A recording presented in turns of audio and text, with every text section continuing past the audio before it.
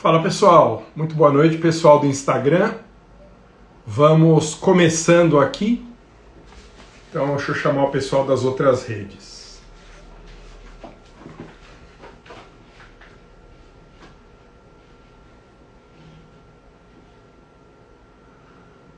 Olá, muito boa noite, seja bem-vindo, seja bem-vinda a mais um episódio do nosso programa Advocacia Tributária. Eu sou o professor Alexandre Maza e nesse programa nós discutimos as melhores estratégias e oportunidades para quem quer iniciar do zero na advocacia tributária. E no programa de hoje nós vamos falar sobre a redução da base de cálculo do ITBI, um assunto cheio de oportunidades de negócio para a advocacia. Antes disso, lembre, eu tenho avisado isso em todos os nossos encontros, nós faremos a primeira maratona da advocacia tributária já na semana que vem, de segunda a sábado, entre os dias 23 e 28 de agosto.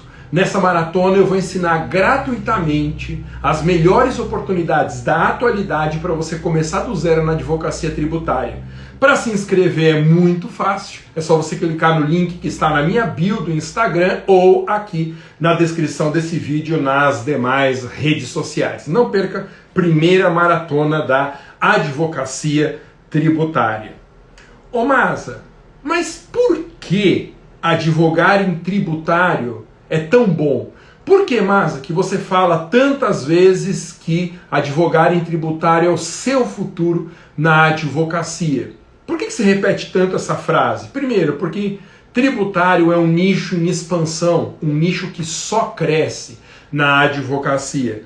Segundo, porque as causas são escaláveis. Você pode ter, com o mesmo material, 10, 50, 100, 500, 1000, 5000, 10.000 clientes. São causas escaláveis porque as oportunidades que eu mapeio aqui para você são só aquelas que permitem a gente usar os mesmos materiais para todos os clientes. E no meu curso completo da advocacia tributária, eu ensino 24 oportunidades de negócio, 3 delas eu vou falar na nossa primeira maratona da advocacia tributária, e no curso completo eu entrego petição inicial, modelo de contrato, roteiros, tudo de que você precisa, tá bom? Mas as causas são escaláveis na advocacia tributária. Terceira razão é que um mercado enorme, não sei se você sabe, mas no direito brasileiro, qualquer pessoa pode ser contribuinte, ainda que menor de idade. Então nós temos virtualmente 220 milhões de potenciais clientes na advocacia tributária. Quarta razão é que o mercado da advocacia tributária, ele existe independentemente do tamanho da cidade, da importância da sua região. Em todo canto do Brasil tem, por menor que seja a cidade, pessoas que devem pelo menos o IPTU e o ITBI, impostos municipais, o IPVA, um imposto estadual, e no mínimo um imposto de renda. Então, um municipal, um estadual, um municipal, um estadual e um federal. Perceba, em qualquer canto do Brasil, nós encontramos contribuintes perante os 3 fiscos. E quinta razão, quando a gente advoga em tributário, como as causas são escaláveis, você é que escolhe a oportunidade de negócio e não a causa te escolher. Eu venho chamando as causas de oportunidades de negócio. E é legal que você saiba isso. Na advocacia, cada causa escalável é uma oportunidade de negócio. Eu tenho te mostrado quais são as mais importantes oportunidades de negócio, quais são as grandes causas de momento, tá? E isso evita aquela história de qualquer causa que aparecer no escritório a gente pega.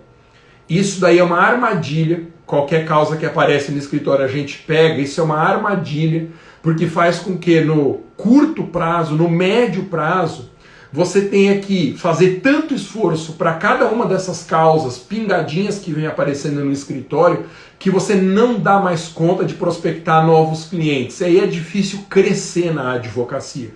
Então, nós temos que focar a nossa atenção em causas escaláveis, em que eu possa atender com os mesmos materiais, com a mesma lógica, com o mesmo processo, quantos clientes aparecerem.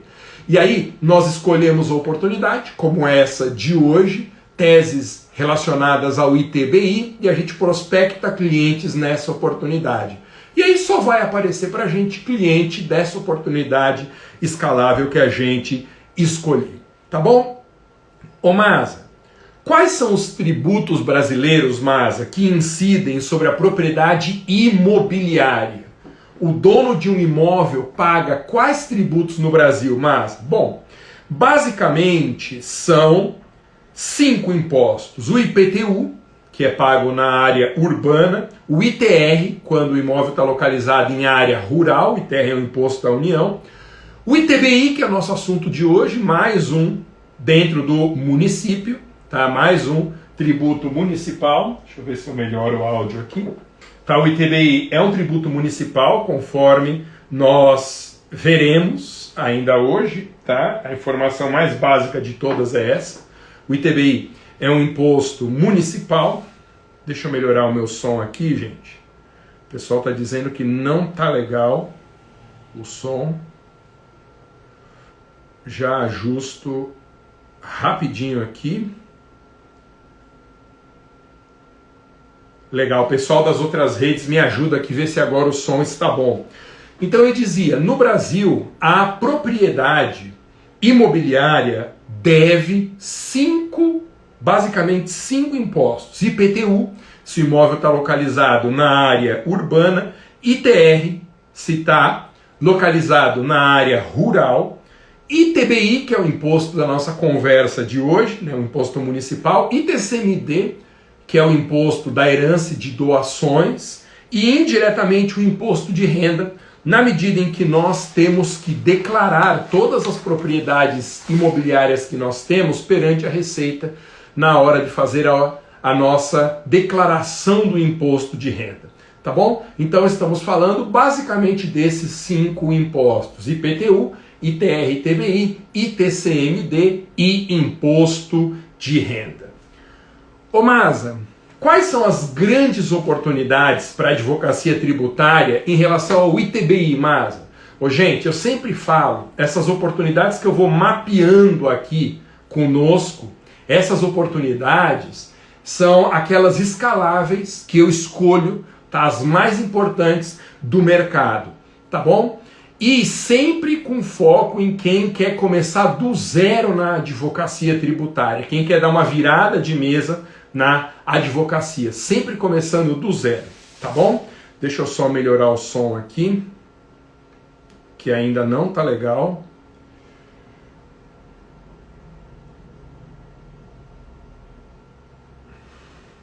Pessoal do YouTube, do Facebook, veja se melhorou o som aqui.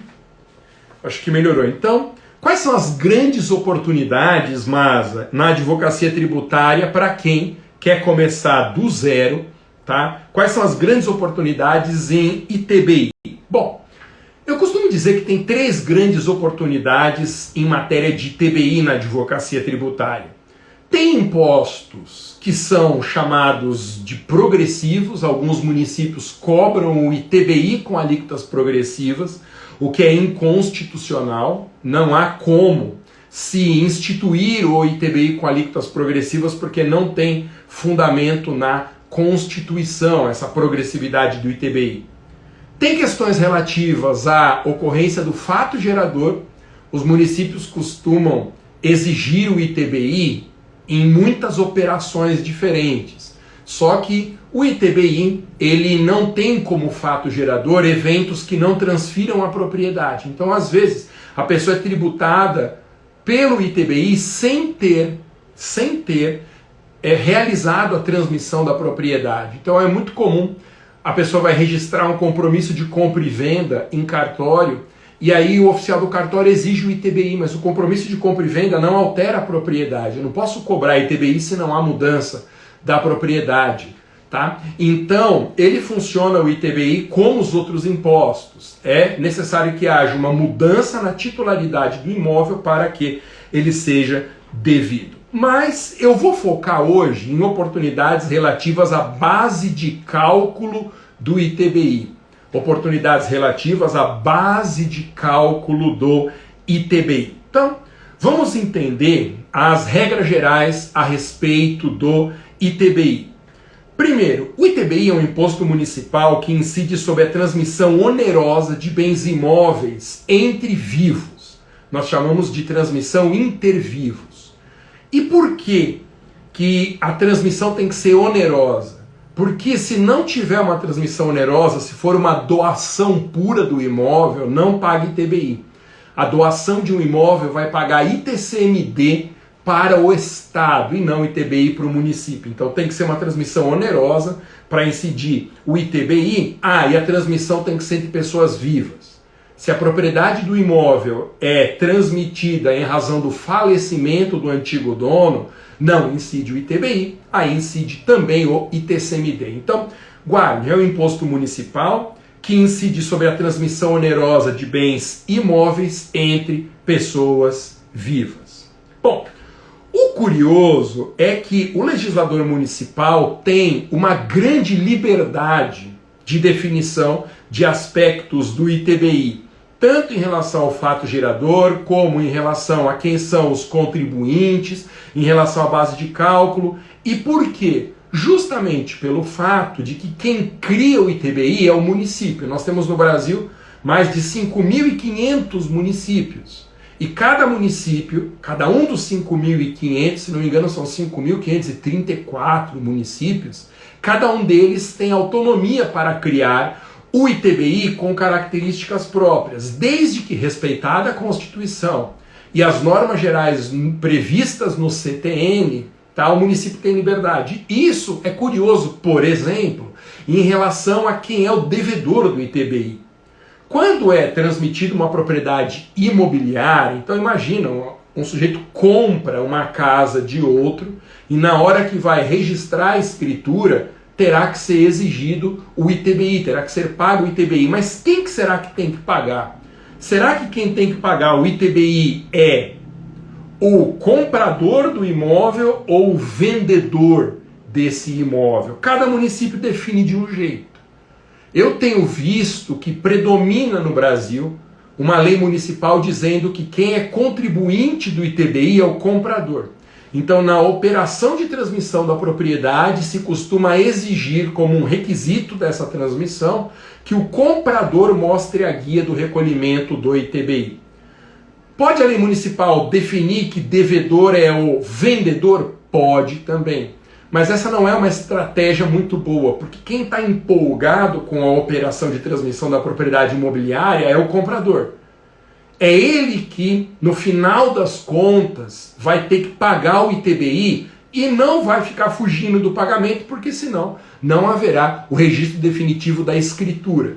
Tá? O vendedor nem sempre está tão empolgado assim com a operação de venda, então não é uma boa estratégia definir que o vendedor é contribuinte. Em muitos municípios isso acontece, mas em geral é o comprador que tem que pagar o ITBI.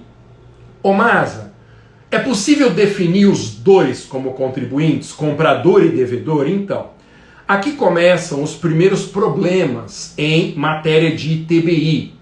Os primeiros problemas. E por quê?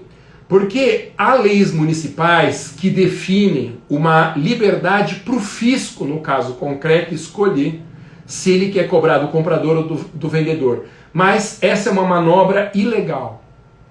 E por que essa é uma manobra ilegal? Porque o princípio da legalidade exige que se defina quem é o contribuinte do imposto e não os contribuintes do imposto.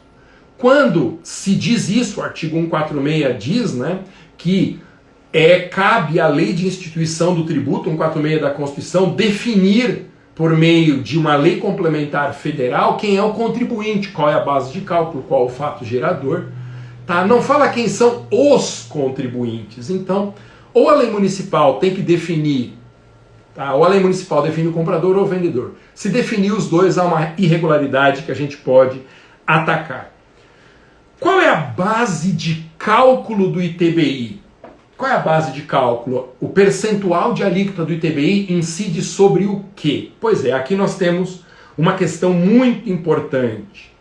O artigo 38 do Código Tributário Nacional, ele diz qual que tem que ser a base de cálculo do ITBI quando o legislador municipal instituiu o imposto. Eu estou com o artigo 38 do CTN aqui na minha frente e eu vou ler. Tá? Diz assim, abre aspas, artigo 38 do Código Tributário Nacional. A base de cálculo do imposto, está se referindo ao ITBI, né? Esse é um capítulo do CTN que fala do ITBI, é o valor venal dos bens ou direitos transmitidos. Repito, Código Tributário Nacional, artigo 38, a base de cálculo do imposto, do ITBI, é o valor venal dos bens ou direitos transmitidos. Então, o CTN, eu já te expliquei isso, ele não cria tributo. A Constituição não cria tributo, o CTN não cria tributo. O que a Constituição faz é distribuir competências e o CTN estabelece normas gerais para o exercício dessas competências. Mas quem cria o tributo só pode ser o poder legislativo da entidade competente. É curioso isso. Se uma cidade decidir que não quer cobrar ITBI, então Guarulhos, por exemplo, minha terra natal, um abraço para quem é de Guarulhos. Se Guarulhos não quiser criar o ITBI, é só não ter aprovação de uma lei instituindo o imposto. Ô Masa, mas a Constituição fala do ITBI e o CTN também fala. Isso não é a criação do imposto? Não. O imposto só é criado quando for aprovada a lei no parlamento da entidade competente, no caso do ITBI, no parlamento do município, pela Câmara Municipal. A Constituição apenas define as competências e o CTN estabelece as normas gerais em matéria de tributação. Ok? Gente, deixa eu fazer aqui uma troca de internet para ver se melhora. Que o som está muito ruim. O pessoal do YouTube está reclamando aqui. O som está muito ruim. Tá? Então eu fiz uma troca de internet. Espero que melhore o som aqui. Bom, então eu dizia. O CTN, como norma geral em matéria do ITBI, ele estabeleceu no artigo 38 que o valor venal tem que ser a base de cálculo. Bom, o que tem acontecido com frequência? Valor venal do imóvel, se nós pegarmos o sentido da palavra venal no dicionário, nós vamos perceber que valor venal é o valor de mercado que o imóvel tem. Valor venal literalmente significa isso, o valor de venda no mercado. E se você lembrar bem, o município, ele já utiliza o valor venal como base de cálculo para o IPTU. Todo mundo que paga o Imposto Predial e Territorial Urbano para o município paga sobre o valor venal do imóvel. Como que o município define o valor venal do imóvel para fins de IPTU? O município aprova uma planta genérica de valores, que é uma lei, definindo o metro quadrado do imóvel em cada região, e aí basta você multiplicar a metragem do imóvel por aquele valor da planta genérica que você chega no valor venal do imóvel. Quase sempre, o valor venal do imóvel para fins de IPTU, ele é muito baixo. Quase sempre ele é muito baixo. E nós sabemos isso. Com exceção de 1 ou 2 municípios que fazem uma cobrança de IPTU mais ou menos a partir do valor real, a tendência é que o IPTU tenha como base de cálculo mais ou menos 1/3, às vezes 1/5 do valor de mercado do imóvel. Ora, se o CTN diz que a base de cálculo do ITBI é o valor venal do imóvel e o município já definiu o valor venal para fins de IPTU, eu só posso cobrar ITBI com base no valor venal utilizado para o IPTU. Porque senão eu vou ter 2 valores venais para fins de tributação municipal que não faz sentido. Só que o município não se conforma com essa realidade de que o ITBI seja cobrado com base no valor venal para fins de IPTU. O que os municípios têm feito de mais ou menos 5 anos para cá? Os municípios vêm alterando por lei a base de cálculo do ITBI, não utilizando mais o valor venal do imóvel, mas utilizando o valor do negócio, tá? Por quanto que o imóvel foi vendido. Então, esse valor do negócio, ou então, uma coisa muito esquisita e que é irregular, o município diz assim, olha, A base de cálculo do ITBI vai ser o valor venal, ou o valor negociado, ou o valor de referência, que é um outro cálculo lá que os municípios fazem. Ou seja, a lei municipal criou essa pegadinha de definir 3 bases de cálculo para o ITBI, e quando chega no momento da cobrança do imposto, a Secretaria de Finanças olha para esses 3 valores e diz assim, qual que é o maior deles? E calcula com base no maior deles. Essa é uma clara irregularidade. Por quê? Porque um imposto só pode ter uma base de cálculo. Isso está no artigo 97 do Código Tributário. Somente a lei poderá estabelecer, diz o artigo 97, criação e aumento de tributo, extinção e sua redução, causas de suspensão, extinção e exclusão do crédito tributário, e só por lei pode ser definida a base de cálculo. A base de cálculo. Não está dito as bases de cálculo.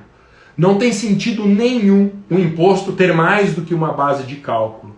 E isso tem acontecido em praticamente todos os municípios de 5 anos para cá. E aí nós temos uma irregularidade que se configura numa oportunidade na advocacia. Por quê?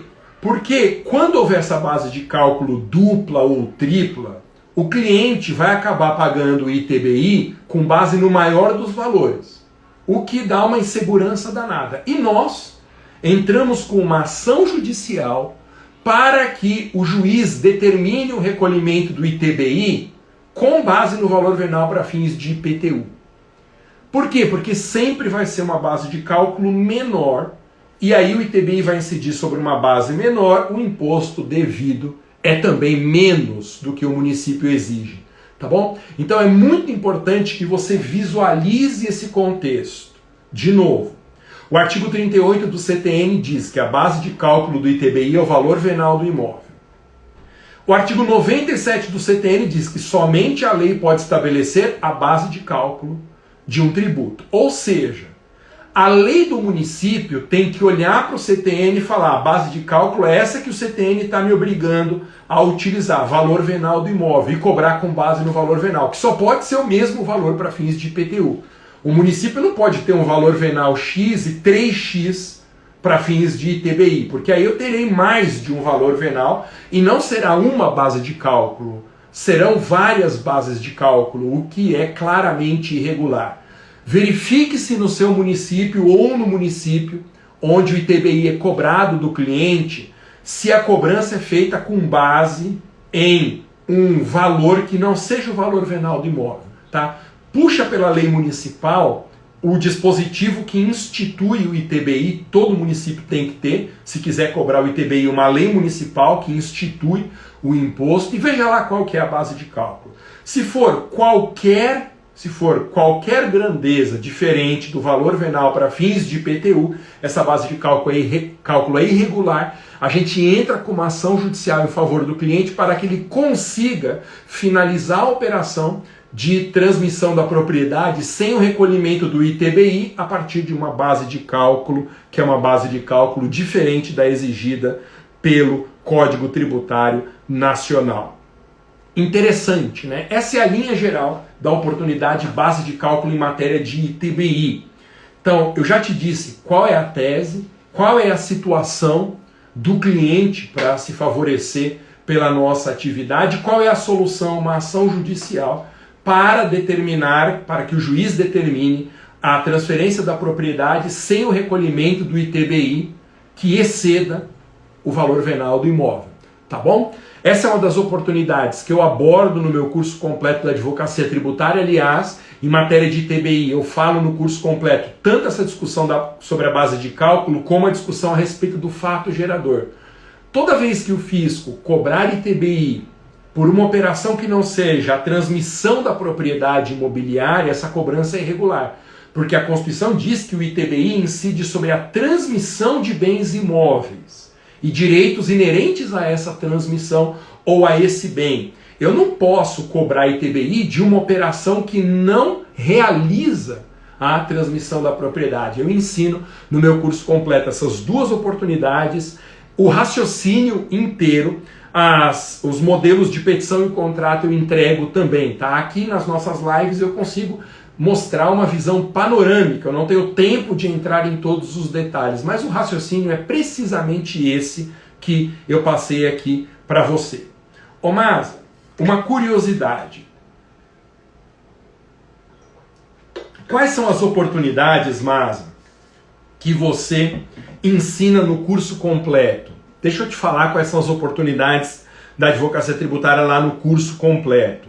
Tá? Lembrando que o curso completo tem todas as aulas das 24 oportunidades, todos os modelos de petição inicial, todos os contratos e um grupo exclusivo no Telegram, só para alunos do curso, para a gente fazer parcerias e um suporte para dúvidas. Eu mesmo respondo todas as perguntas lá da plataforma. Então, no curso completo a gente estuda, fora fato gerador de TBI, base de cálculo do ITBI, que eu comentei agora, TUS de TUST, reforma da Previdência, imposto de renda sobre verba indenizatória, base de cálculo do TBI, fato gerador eu já falei, base de cálculo do ITCMD, uma oportunidade muito legal de imposto estadual, bitributação ISS, ITCMD sobre doação do exterior, multa com natureza confiscatória, algumas teses de PVA, algumas teses de embargos à execução, tá? Algumas teses relativas à certidão da dívida ativa,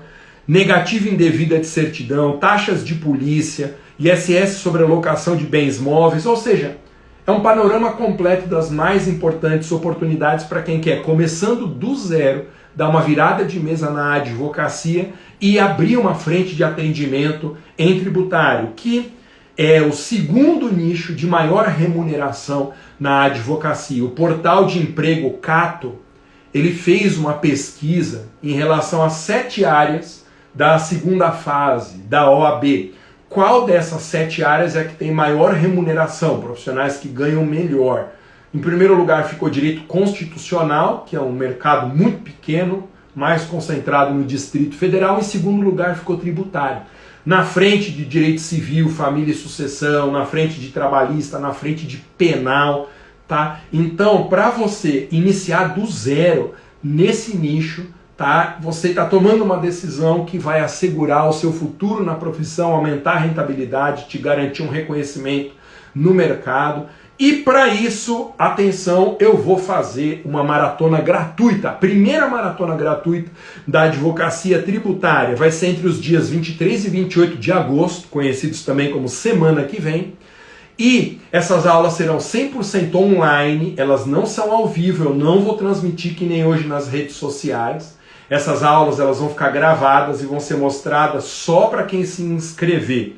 Eu vou ensinar a começar do zero e fazer prospecção dos primeiros clientes em 3 grandes oportunidades de negócio, as melhores dessa lista que eu li para você. Para você se inscrever gratuitamente na primeira maratona da advocacia tributária é muito fácil. Você clica no link que está na minha bio do Instagram ou então no link que está aqui embaixo na descrição desse vídeo no Facebook ou no YouTube.